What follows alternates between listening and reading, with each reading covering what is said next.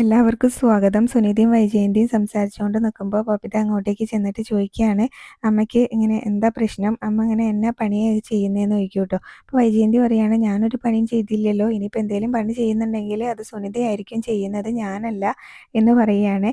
അപ്പോൾ ബബിത പറയുന്നുണ്ട്, ഈ വീട്ടിലെ ജോലിയെല്ലാം ഞങ്ങൾ ചെയ്തുകൊണ്ടിരുന്നതാണല്ലോ, അപ്പോൾ പിന്നെ ഇവിടെ ഒരു ജോലിക്കാരിയുടെ ആവശ്യം ഉണ്ടായിരുന്നോ എന്ന് വൈജയന്തിനോട് ചോദിക്കുമ്പോൾ വൈജയന്തി പറയുകയാണ്, ഒരു ജോലിക്കാരി പോകുമ്പോൾ മറ്റൊരു ജോലിക്കാരി വരുന്നത് ഇവിടെ ആദ്യത്തെ സംഭവമൊന്നുമല്ലല്ലോ, അപ്പോൾ പിന്നെ എന്താ പ്രശ്നം എന്ന് ചോദിക്കുന്നുണ്ട് കേട്ടോ. എന്നിട്ട് വൈജയന്തി പറയുകയാണ്, ഇവിടെ ഒരു ജോലിക്കാരിയും കൂലിക്കാരിയും ഇല്ലാതിരുന്ന സമയത്തും ഞാൻ നിങ്ങളെയൊക്കെ പ്രസവിച്ച് നിങ്ങളുടെ മലവും മൂത്രവും എടുത്ത് ഈ വീട്ടിലെ ജോലി മുഴുവൻ ചെയ്തിട്ടുണ്ട്.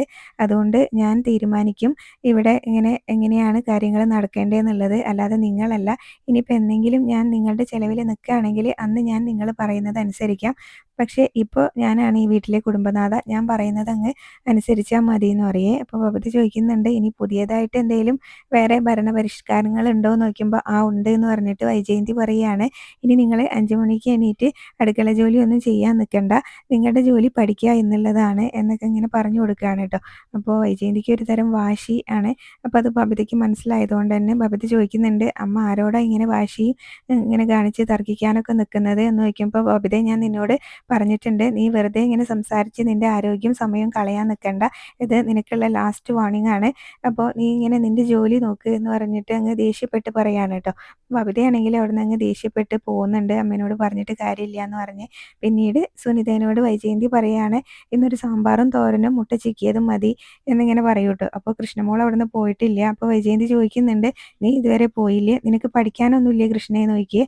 എന്നിട്ട് വൈജയന്തി അവിടുന്ന് ഹാളിലേക്ക് ഇറങ്ങുന്ന സമയത്ത് കൃഷ്ണമോളും വന്നിട്ട് ചോദിക്കുന്നുണ്ട്, അമ്മ ഇങ്ങനെ ആരോടാ ഇങ്ങനെ തർക്കിക്കാൻ നിൽക്കുന്നത്, വാശി കാണിക്കുന്നത് എന്നൊക്കെ ചോദിക്കുകയാണ് കേട്ടോ.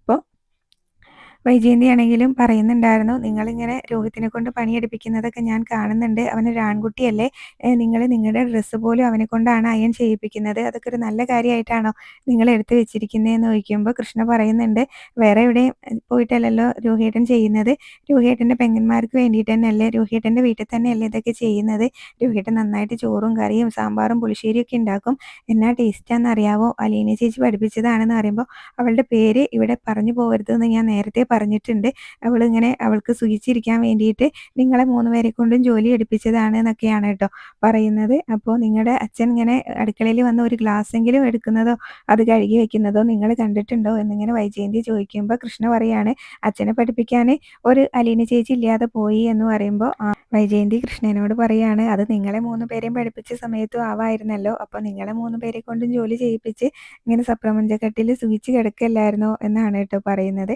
പിന്നീട് കൃഷ്ണനോട് പഠിക്കാനൊന്നും ഇല്ലേന്ന് ചോദിക്കുന്നുണ്ട്, നിങ്ങളുടെ ജോലി പഠിക്കുക എന്നുള്ളതാണെന്നൊക്കെ പറഞ്ഞു കൊടുക്കുമ്പോൾ കൃഷ്ണ പറയുന്നുണ്ടായിരുന്നു, ജോലി ചെയ്തുകൊണ്ടിരുന്നപ്പോഴും ഞങ്ങൾക്ക് ഇഷ്ടംപോലെ പഠിക്കാനൊക്കെ സമയം ഉണ്ടായിരുന്നു എന്ന് പറയുന്നുണ്ട് കേട്ടോ.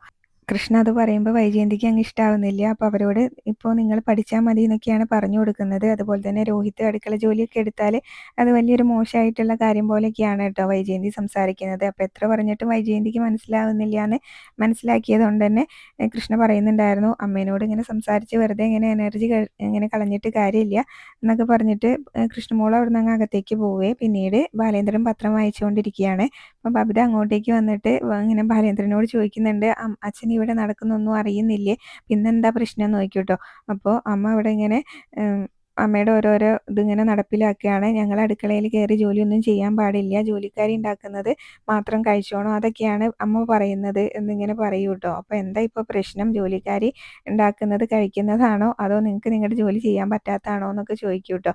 അപ്പോൾ എന്നിട്ട് ബബിതയോട് അവിടെ ഇരിക്കാനായിട്ട് പറയും. അപ്പോൾ ബബിത പറയുന്നുണ്ട്, ഇവിടെ അലീന ചേച്ചി ഞങ്ങളെ പഠിപ്പിച്ച കാര്യങ്ങളൊന്നും ഫോളോ ചെയ്യേണ്ടെന്നാണ് അമ്മ പറയുന്നത് എന്ന് പറയുന്നുണ്ട്. അപ്പോഴാണ് ബബിതേനെ അവിടെ പിടിച്ചിരുത്തുന്നത് കേട്ടോ, നീ അവിടെ ഇരിക്കുകയെന്ന് പറയും. എന്നിട്ട് ബാലചന്ദ്രൻ ബബിതയോട് ചോദിക്കുകയാണ്, അലീന ഇവിടുന്ന് എന്തിനാ പോയതെന്ന് നിങ്ങൾക്കറിയോ എന്ന് ചോദിക്കുകയും, നിങ്ങളുടെ അമ്മ ഇങ്ങോട്ടേക്ക് തിരിച്ചു വരാനും നിങ്ങളുമായിട്ട് ജീവിക്കാനും വേണ്ടിയിട്ടാണ് അലീന ഇവിടുന്ന് പോയതെന്ന് പറയുമ്പോൾ, അതിന് അലീന ചേച്ചി ഇവിടുന്ന് പോയതുകൊണ്ട് ആ പ്രശ്നം തീരത്തില്ലല്ലോ, അച്ഛനും അമ്മയും തമ്മിലുള്ള വഴക്ക് ആദ്യം തീരണം, രണ്ടാളും രണ്ടിടത്തായിട്ടുള്ള താമസം നിർത്തണം, ഒരാൾ മുകളിലത്തെ നിലയിലും ഒരാൾ താഴത്തെ നിലയിലും അത് നിർത്തണം എന്ന് പറയുകയാണ് കേട്ടോ, എന്നാലേ ശരിയാവത്തുള്ളൂ എന്ന് പറയും. എന്നിട്ട് പറയാണ്, അമ്മ പറയുന്നത് ശരിയാണ്, അലീന ചേച്ചി വന്നതിന് ശേഷമാണ് അച്ഛൻ ഇങ്ങനെ മാറിയത്, അല്ലാത്തതിന് മുന്നേ ഇങ്ങനെ അമ്മ എന്ത് പൊട്ടത്തരം ചെയ്താലും അമ്മ എന്ത് തീരുമാനം എടുത്താലും അച്ഛൻ അതിനൊക്കെ കൂട്ടു നിൽക്കത്തേ ചെയ്യുള്ളായിരുന്നു. അതുപോലെ തന്നെ ഞങ്ങളുടെ കാര്യത്തിൽ അമ്മ എന്ത് തീരുമാനം എടുത്താലും അതിനും അങ്ങനെ അച്ഛൻ സപ്പോർട്ടായിരുന്നു. അലീന ചേച്ചി വന്ന ശേഷമാണ് അച്ഛൻ ഇങ്ങനെ മാറിയത് എന്ന് പറയുമ്പോൾ മോള് പറഞ്ഞതൊക്കെ ശരിയാണ്. അലീന വന്ന ശേഷം തന്നെയാണ് ഞാൻ മാറിയത്. ഒരാൾ അയാളുടെ അടിസ്ഥാന സ്വഭാവം മാറ്റി മറ്റൊരാളിലേക്ക് മാറുന്നത് എപ്പോഴാണെന്ന് അറിയോ നിനക്ക്? അതിന് കാരണമായിട്ടുള്ള എന്തെങ്കിലും ഒരു മൊമെന്റ് ഉണ്ടാകുമ്പോഴാണ്.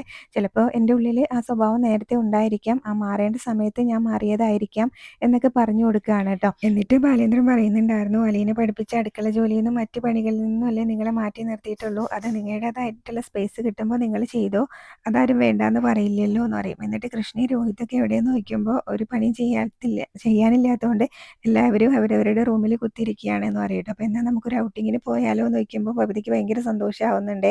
അപ്പോൾ അച്ഛൻ പറ്റിക്കില്ലല്ലോ എന്ന് ചോദിക്കും. ഇല്ല പറ്റിക്കില്ല, അവരോടും കൂടി പോയി റെഡി ആവാനെന്ന് പറയും. അപ്പോൾ ബബിത പോകാനായിട്ട് നിൽക്കുമ്പോൾ ബാലേന്ദ്രൻ ഇങ്ങനെ വിളിച്ച് നിർത്തിയിട്ട്, ബബി ഇന്ന് ഇങ്ങനെ വിളിക്കുക, എന്നിട്ട് പറയുന്നുണ്ടായിരുന്നു, നിങ്ങളുടെ അമ്മ ഇതുപോലെ തന്നെ അലീനയോട് പെരുമാറുന്ന സമയത്ത് അവൾ നല്ല പ്രവൃത്തി ചെയ്തുകൊണ്ടാണ് ഇങ്ങനെ അവൾക്ക് മറുപടി കൊടുത്തിരുന്നത്, അതൊന്ന് പരീക്ഷിച്ച് നോക്കുക എന്ന് പറയുമ്പോൾ ആ നമുക്ക് നോക്കാമെന്ന് പറയും. പിന്നീട് സുനിത ഭക്ഷണം എല്ലാം ടേബിളിലേക്ക് എടുത്ത് വെക്കുകയാണ് കേട്ടോ. എടുത്ത് വെച്ചിട്ടുണ്ട്. അപ്പോൾ വൈജയന്തി ചോദിക്കുന്നുണ്ട്, ഇവിടെ എന്താ കല്യാണമെന്ന്? അപ്പോൾ ഒരുപാട് വിഭവങ്ങളുണ്ട് കേട്ടോ. അപ്പോൾ ഞാൻ ഇങ്ങനെ ഭക്ഷണം ഉണ്ടാക്കിയിട്ട് ആരും ഇതുവരെ മോശം പറഞ്ഞിട്ടില്ല, കൊച്ചമ്മ അവരേക്ക് ഊണ് കഴിക്കാൻ വിളിക്കുക, വെറുതെ തണുത്ത് പോകണ്ടല്ലോ എന്ന് പറയും. വൈജയന്തി ചെന്ന് സ്റ്റെയർ കേസിൻ്റെ അവിടേക്ക് ചെന്ന് ഇങ്ങനെ മുകളിലേക്ക് നോക്കുന്ന സമയത്ത് ബാലേന്ദ്രൻ ഒരുങ്ങി താഴേക്ക് ഇറങ്ങി വരുന്ന കാണുന്നത്. അപ്പോഴേക്കും ബബിതയും കൃഷ്ണമോളും റൂമിൻ്റെ ഡോർ തുറന്ന് പുറത്തേക്ക് ഇറങ്ങുന്നുണ്ട്. അതുപോലെ തന്നെ രോഹിത്തും ബാലേന്ദ്രൻ്റെ പുറകെ ഇറങ്ങി വരുന്നുണ്ട് കേട്ടോ. അപ്പോൾ എല്ലാവരും പുറത്തേക്ക് പോകാനുള്ള ഒരു വേഷത്തിലാണ്. അപ്പോൾ വൈജയന്തി ചോദിക്കും എല്ലാവരും എങ്ങോട്ടാണ്? അപ്പം ബബിതയാണ് പറയുന്നത്, ഞങ്ങളൊന്ന് പുറത്ത് പോവുകയാണ് എന്ന്. അപ്പോൾ ഈ നട്ടുച്ചയ്ക്കോ എന്ന് ചോദിക്കുമ്പോൾ ഞങ്ങൾക്ക് ഇങ്ങനെ ഒരു ജോലി ഇല്ലാതെ ഇവിടെ ഇരിക്കുകയല്ലേ, ഞങ്ങൾക്ക് വേണ്ട എന്തെങ്കിലും ഒരു എൻ്റർടൈൻമെൻറ്റ്. അപ്പം അച്ഛൻ പഞ്ചാബി ഹൗസിൽ നിന്ന് നല്ല ബിരിയാണി വാങ്ങിച്ചു തരാമെന്ന് പറഞ്ഞു. ബിരിയാണി കഴിക്കുന്നതും ഒരു എൻ്റർടൈൻമെൻ്റ് ആണല്ലോ എന്നിങ്ങനെ ബബിത പറയുമ്പോൾ വൈജയന്തി ചോദിക്കുകയാണ്, അപ്പോൾ ഇവിടെ നിങ്ങൾക്ക് എല്ലാവർക്കും കൂടി ഉണ്ടാക്കി വെച്ചിട്ടുള്ള ചോറും കറിയൊക്കെ ആര് തിന്നുമെന്ന് ചോദിക്കും കേട്ടോ. അപ്പോൾ കൃഷ്ണമോള് പറയുന്നുണ്ടായിരുന്നു, അത് പിന്നെയും കഴിക്കാമല്ലോ, അത് ഫ്രിഡ്ജിലേക്ക് എടുത്ത് വെച്ചേക്ക്. അപ്പോൾ ബിരിയാണി അച്ഛൻ വാങ്ങിച്ചു തരാമെന്ന് പറയുമ്പോൾ ഞങ്ങളിങ്ങനെ ആ ഓഫർ ഇങ്ങനെ വേണ്ടാന്ന് വെക്കണ്ടല്ലോ എന്നൊക്കെയാണ് കേട്ടോ മക്കൾ പറയുന്നത്. അപ്പോൾ വൈജയന്തിക്ക് അതങ്ങ് ഇഷ്ടപ്പെടുന്നില്ല. അപ്പോൾ വൈജയന്തി ബാലേന്ദ്രനോട് ചോദിക്കുന്നുണ്ട്, ഇന്ന് മാത്രമേ ബാലേന്ദ്രന് ഇങ്ങനെ മക്കളെ സൽക്കരിക്കാൻ കിട്ടിയുള്ളൂ എന്നിങ്ങനെ ചോദിക്കും കേട്ടോ. അപ്പോൾ ബാലേന്ദ്രൻ അവരോടായിട്ട് ചോദിക്കുകയാണ്, നിങ്ങൾക്ക് ഇവിടുത്തെ ഊണ് വേണോ അതോ എൻ്റെ കൂടെ പുറത്തേക്ക് വരുന്നു? ഇന്ന് ഞാൻ ഫ്രീ ആണ്, അല്ലെങ്കിൽ ഇനിയിപ്പോൾ അടുത്ത വർഷം സെപ്റ്റംബർ 18-ാം തീയതി ആവണം എന്ന് പറയുമ്പോഴേക്കും ബബിതയും കൃഷ്ണമോള് പറയുന്നുണ്ട്, ഞങ്ങൾ വരുന്നുണ്ട് എന്ന് പറയൂ കേട്ടോ. ഞങ്ങൾ എന്തിനാ വെറുതെ ഇങ്ങനെ അച്ഛൻ ഇങ്ങനെ ഒരു ഓഫർ തരുമ്പോൾ അത് വേണ്ടാന്ന് വെക്കുന്നത് എന്ന് പറയും. പിന്നീട് ഇങ്ങനെ ബാലേന്ദ്രൻ ചോദിക്കുന്നുണ്ട്, അത് കഴിഞ്ഞിട്ട് നമുക്ക് ഷോപ്പിങ്ങിനും മാറ്റ്നിക്കൊക്കെ പോകണ്ടേ എന്ന് ചോദിക്കുക. അപ്പോൾ ബബിത പറയുന്നുണ്ടായിരുന്നു, ഇപ്പോഴാണോ മാറ്റ്നി, അത് 3 മണിക്കല്ലേ എന്ന് ചോദിക്കും കേട്ടോ. അപ്പോൾ ബാലേന്ദ്രൻ പറയുന്നുണ്ട്, എൻ്റെയൊക്കെ കുട്ടിക്കാലത്ത് ഇതുപോലെ ടാക്കീസും സിനിമാസും മാറ്റ്നിയൊക്കെ കുറേ ഉണ്ടായിരുന്നു എന്ന് പറഞ്ഞിട്ട് ബാലേന്ദ്രനെ അവിടുന്ന് പോയി. പിന്നീട് കൃഷ്ണമോളും വൈജയനോട് ഞങ്ങൾ പോയി വരാമെന്ന് പറഞ്ഞിട്ട് അവിടുന്ന് പോകുന്നുണ്ട് കേട്ടോ. അതുപോലെ തന്നെ രോഹിത്തും ഇങ്ങനെ കാണിക്കുന്നുണ്ട്. വൈജയന്തി ആണെങ്കിൽ അവർ പോയ ദേഷ്യത്തിൽ അങ്ങ് നിൽക്കുകയാണ്. എന്നിട്ട് സുനിതയുടെ അടുത്തേക്ക് ചെല്ലും.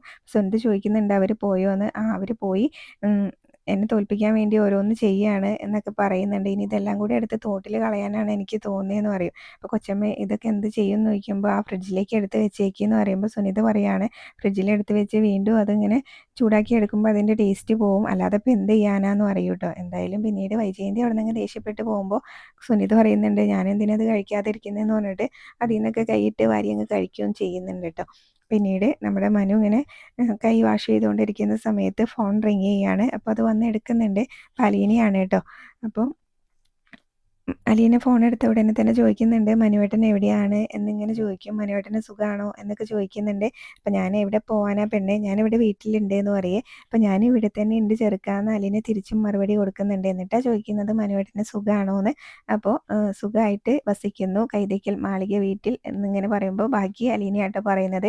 മനുശങ്കർ മേനോൻ എന്നും ഇങ്ങനെ പറയുന്നുണ്ട്. പിന്നീട് മനു അലീനയോട് അവിടുത്തെ വിശേഷങ്ങൾ ഓരോന്നായിട്ട് പറയാൻ പറയേ. എന്നിട്ട് ചോദിക്കുന്നുണ്ട്, അലീനയുടെ പപ്പയ്ക്ക് അലീനയോട് ഇങ്ങനെ സ്നേഹം ഉണ്ടോയെന്ന് ചോദിക്കുമ്പോൾ സ്നേഹമൊക്കെ ഒരുപാടുണ്ട്, പക്ഷേ അവിടുത്തെ അച്ഛനെ പോലെയല്ല. ഞാൻ രണ്ടുപേരെയും തമ്മിൽ കമ്പയർ ചെയ്യല്ല, പപ്പയാണെങ്കിൽ ഇങ്ങനെ ആദ്യം ഇങ്ങനെ ഒരു കമാൻഡിങ് രീതിയാണ് പപ്പയ്ക്കുള്ളത്. ആദ്യം ആ കേണലിൻ്റെ ഇതേ വരുള്ളൂ, എന്നിട്ട് പിന്നെ സ്റ്റാൻലി ജോസഫ് പിറകെ വരുള്ളൂ എന്നൊക്കെ പറയുകയാണ് കേട്ടോ. എന്തിനും ഒരു പട്ടാളച്ചിട്ടിയാണ് എന്നൊക്കെ ഇങ്ങനെ പറയുന്നുണ്ട്. അപ്പം മനു പറയുന്നുണ്ട്, പൊതുവേ പട്ടാളത്തിലുള്ള ഓഫീസർമാർ അങ്ങനെയാണല്ലോ, അവർക്കൊരു ഡിസിപ്ലിനും കാര്യങ്ങളൊക്കെ ഉണ്ടാവുമല്ലോ എന്ന് പറയുമ്പോൾ അലീന തിരിച്ച് ചോദിക്കുന്നുണ്ട്, എന്നിട്ട് ഗംഗാധരൻ അങ്കിൾ അങ്ങനെയല്ലല്ലോ എന്ന്. അങ്കിളിനും ഡിസിപ്ലിൻ്റെ കാര്യത്തിലൊക്കെ അതുപോലെയൊക്കെ തന്നെയാണ്, പിന്നെ അങ്കിൾ റിട്ടയർഡ് ആയിട്ട് കുറച്ചായില്ലേ എന്ന് പറയുകയാണ്.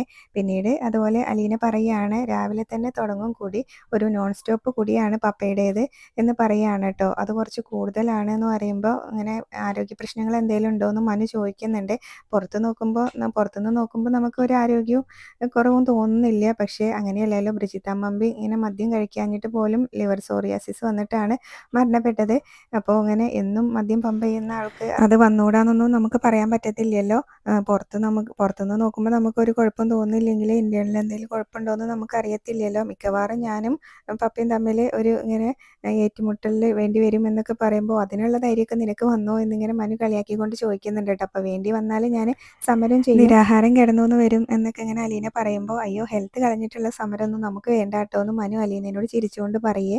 എന്നിട്ട് അലീന പറയുന്നുണ്ടായിരുന്നു, കേണലിൻ്റെ പപ്പ വന്നിട്ടുണ്ട്, ഔതക്കുട്ടിച്ചായൻ എന്ന് പറയും. എന്നിട്ട് പറയുകയാണ്, എന്നെ ഓടിക്കാൻ വേണ്ടിയിട്ടാണ് മൂപ്പര് പെട്ടെന്ന് ഇങ്ങോട്ട് വന്നത്, പക്ഷേ എന്നെ കണ്ടപ്പോൾ മൂപ്പരും ഞാനിപ്പോൾ ഒരു ടീമായി എന്ന് പറയും. അപ്പോൾ അതെങ്ങനെ എന്നിങ്ങനെ മനു ചോദിക്കുമ്പോൾ ആ കഥയും കൂടെ പറഞ്ഞു കൊടുക്കുന്നുണ്ട്.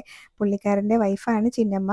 അപ്പോൾ ആളങ്ങ് നേരത്തെ പോയി പാവം, പക്ഷേ ആ ചിന്നമ്മയുടെ തനി പകർപ്പാണ് ഞാനെന്നാണ് അങ്ങനെ വല്യപ്പച്ചൻ പറഞ്ഞത് എന്ന് പറയൂ കേട്ടോ. അപ്പോൾ മനു അലീനയോട് പറയുകയാണ്, ആ ചിന്നമ്മ നിൻ്റെ ദേഹത്ത് കൂടിയിട്ടുണ്ടാവും, അതായിരിക്കും നിൻ്റെ സക്സസ്സിന് കാരണം എന്ന് പറയുമ്പോൾ അലീന പറയുകയാണ്, എൻ്റെ സക്സസ്സിന് കാരണം അത് ബ്രിജിത്ത മമ്മിയാണ്, ഇങ്ങനെ ബ്രിജിത്ത മമ്മിക്ക് മുകളിലല്ല ആരും എന്നിങ്ങനെ അലീന പറയുമ്പോൾ അത് ഞാൻ സമ്മതിച്ച് തന്നിരിക്കുന്നു എന്ന് മനു പറയുകയാണ്. എന്നിട്ട് പറയുകയാണ്, ഇനി നീയും ഔതക്കുട്ടിച്ചായനും കുളത്തൂപ്പുഴ അങ്ങ് പിടിച്ചടക്കിക്കോ, ബാക്കി വിശേഷങ്ങൾ പിന്നെ പറയാമെന്ന് പറയും. അപ്പോൾ അലീനയും കോള് കട്ട് ചെയ്യും കേട്ടോ.